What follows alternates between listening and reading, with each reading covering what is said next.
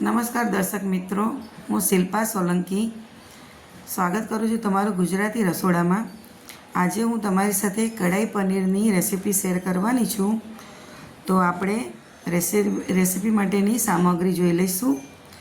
તો સામગ્રીમાં જોશે 1 નંગ ડુંગળી ગ્રેવી માટે, 1 નંગ ટમેટું, 2 થી 3 લીલા મરચાં, 5 થી 6 કળી લસણ, 1 ટુકડો આદુ અને કાજુ જોશે 10 થી 12 નંગ। અને સબ્જી માટે જોશે 1 ચોરસ સમારેલી ડુંગળી, 1 ચોરસ સમારેલું કેપ્સિકમ, પનીર, લાલ મરચું પાવડર, પંજાબી ગરમ મસાલો, મીઠું, ઇલાયચી અને તેલ જરૂર મુજબ। તો હવે આપણે પહેલાં ગ્રેવી બનાવી લઈશું। તો એક મિક્સર બાઉલમાં ડુંગળી લઈ લેવાની છે, ટમેટાં, મરચાં, આદુ અને લસણ લઈ લેવાનું છે। અને આપણે જે કાજુ લીધા છે એ એમાં એડ કરી દેવાના છે। કાજુની જગ્યાએ તમે પલાળીને ખસખસ પણ લઈ શકો છો। અને હવે આપણે થોડું પાણી ઉમેરી અને આની સ્મૂથ ગ્રેવી તૈયાર કરી દઈશું। તો હવે આપણે સબ્જીની શરૂઆત કરી દઈએ। તો ગેસ ઉપર કઢાઈ લઈ લઈશું એક, અને એમાં 5 ચમચી જેટલું તેલ લઈ લઈશું। અને તેલ થોડું ગરમ થાય એટલે આપણે જે ઇલાયચી છે એ બે આપણે ખોલીને એડ કરી દઈશું। ઇલાયચીની જગ્યાએ તમે અહીંયા જીરુંનો ઉપયોગ કરી શકો છો, પણ ઇલાયચી તમે જો એડ કરશો તો એની ફ્લેવર બહુ સરસ આવે છે। તો ઇલાયચી આપણે એડ કરી દીધી છે। હવે આપણે જે ચોરસ સમારેલી ડુંગળી છે સબ્જીની એ આપણે એડ કરી દઈશું અને મિક્સ કરી દઈશું। થોડી પહેલાં ડુંગળી એડ કરી દઈશું, પછી થોડી વાર એને કેપ્સિકમ એડ કરી દઈશું, કેમ કે ડુંગળી થોડી ચડતા વાર લાગે। થોડું મીઠું એડ કરી અને થોડી વાર ચડવા દઈશું એને। અને હવે આપણે જે કેપ્સિકમ સમારીને રાખ્યું છે એ એડ કરી દેવાનું છે અને મિક્સ કરી દેવાનું છે। એકદમ ગળી જાય એવું આપણે એને સાંતળવાનું નથી, થોડું કચકચરું રહે ને એવી રીતે આપણે સાંતળવાનું છે। 2 મિનિટ આપણે એને રાખી દઈશું। તમે જુઓ 2 મિનિટમાં આપણું ડુંગળી અને કેપ્સિકમ બંને સરસ રીતે સોફ્ટ થઈ ગયા છે। તો હવે આપણે જે ગ્રેવી તૈયાર કરી છે એ એની અંદર એડ કરી દેવાની છે અને મિક્સ કરી લઈશું। હવે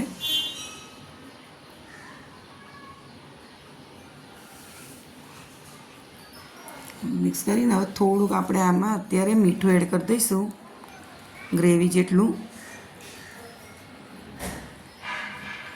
અને હવે આને ઢાંકીને 5 મિનિટ થવા દઈશું ગ્રેવીને। તો જુઓ 5 મિનિટ મેં ઢાંકીને થવા દીધું છે અને ગ્રેવીનો કલર એકદમ સરસ ચેન્જ થઈ ગયો છે અને આપણી ગ્રેવી ચડી ગઈ છે વ્યવસ્થિત। હવે આપણે આમાં લાલ મરચું પાવડર લઈ લેવાનું છે। મેં અહીંયા કાશ્મીરી લાલ મરચું લીધું છે, તમે તમારા ટેસ્ટ પ્રમાણે વધતું ઓછું કરી શકો છો। અને હવે આપણે આ જે ગરમ મસાલો છે પંજાબી, આપણે ડાયરેક્ટ એડ નથી કરવાનો, આપણે આમાં થોડુંક દૂધ એડ કરી અને દૂધ જોડે મિક્સ કરીને એડ કરી દઈશું। તો મેં આ રીતે દૂધ જોડે મિક્સ કરી દીધું છે અને હવે આપણે એને એડ કરી દઈશું સબ્જીમાં। એના કારણે આપણું સરસ બધી જગ્યાએ મસાલો ભળી જાય। અને હવે આપણું મિક્સ કરી દઈશું। તમે જુઓ કલર કેટલો જ ફાઇન આવ્યો છે એકદમ। તો હવે આપણે આને 2 મિનિટ રહેવા દઈશું। અને હવે મેં આ ઘરની મલાઈ લીધી છે 2 ચમચી જેટલી, એ એડ કરવાની છે। તમે બહારની રેડીમેડ મલાઈ આવે છે એ પણ તમે એડ કરી શકો છો। અને હવે આપણે મિક્સ કરી લઈશું। અને હવે આપણે પનીર એડ કરી દેવાનું છે। મેં અહીંયા પનીર તળ્યા વગર જ એડ કર્યું છે, કેમ કે અમારે તળેલું પનીર નથી ભાવતું કોઈને।